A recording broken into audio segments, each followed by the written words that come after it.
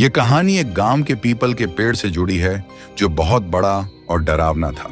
उसकी शाखाएं मोर के आकार की ऊपर की ओर मुड़ी हुई थीं और वह इतना विशाल था कि उसकी छाया आधे बीघे में फैली हुई थी। गांव के लोग कहते थे कि उस पेड़ पर भूत रहते हैं, लेकिन हम बच्चे कहाँ मानने वाले थे। हम रोज वहां खेलने जाते थे, उसकी शाखाओं पर झूला करते थे। एक दिन दोपहर के समय हम 3 दोस्त वहां जल्दी पहुंच गए और प्लान बनाया कि जब बाकी दोस्त आएंगे तो हम उन्हें भूत बनकर डराएंगे।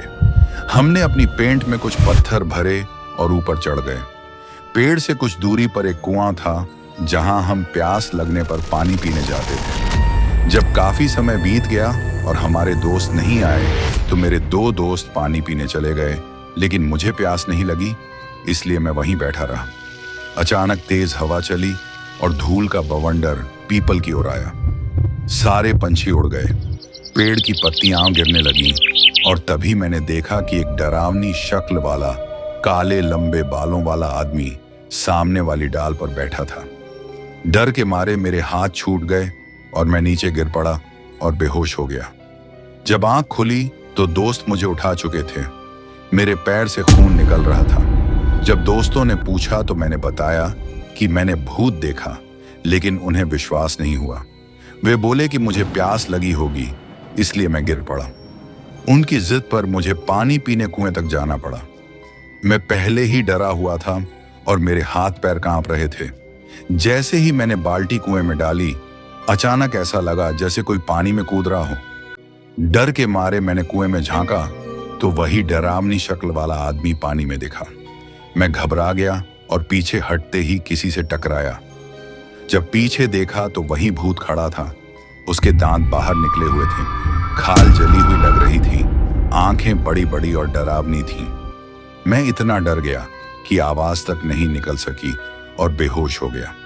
जब मुझे होश आया तो देखा कि मैं फिर से पीपल के नीचे पड़ा हूं। दोस्त मुझे उठाकर लाए थे और कह रहे थे कि मेरी तबीयत खराब है, लेकिन मैंने उन्हें बताया कि मैंने सच में भूत देखा।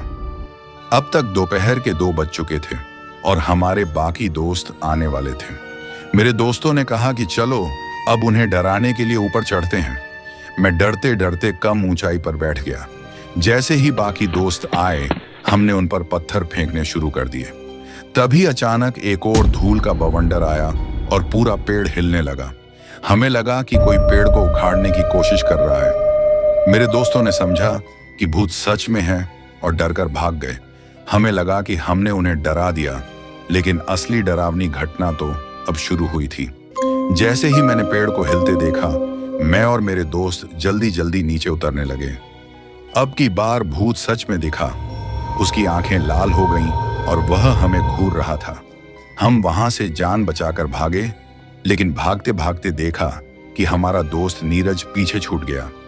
जब वह आया तो उसकी आंखें लाल थीं, उसकी आवाज भारी हो चुकी थी और वह अलग तरह से देख रहा था। जब घर वालों ने देखा तो सब घबरा गए। हमारे चाचा जी ने कहा कि हमेशा मना करता हूं कि पीपल के पास मत जाओ, लेकिन कोई सुनता ही नहीं। अब जाकर भगत जी को बुलाओ। गांव के हनुमान मंदिर में भगत जी रहते थे, जो तंत्र मंत्र में माहिर थे। मैं जाकर भगत जी को बुला लाया। उन्होंने मुझसे कहा कि पहले कुल्ला कर और मंदिर से भभूत लेकर आ। मैं भभूत लेकर आया और तब तक भगत जी ने कमंडल उठाया और हमारे साथ चल पड़े। वहां पहुंचकर उन्होंने नीरज की हालत देखकर समझ लिया कि उसके अंदर किसी आत्मा का वास है। भगत जी ने मुझसे भभूत मांगी और कुछ मंत्र पढ़कर नीरज पर फेंकी, फिर जल के छींटे मारे और उसका कान पकड़कर बोले कि बता तू कौन है और इस लड़के को क्यों पकड़ा है।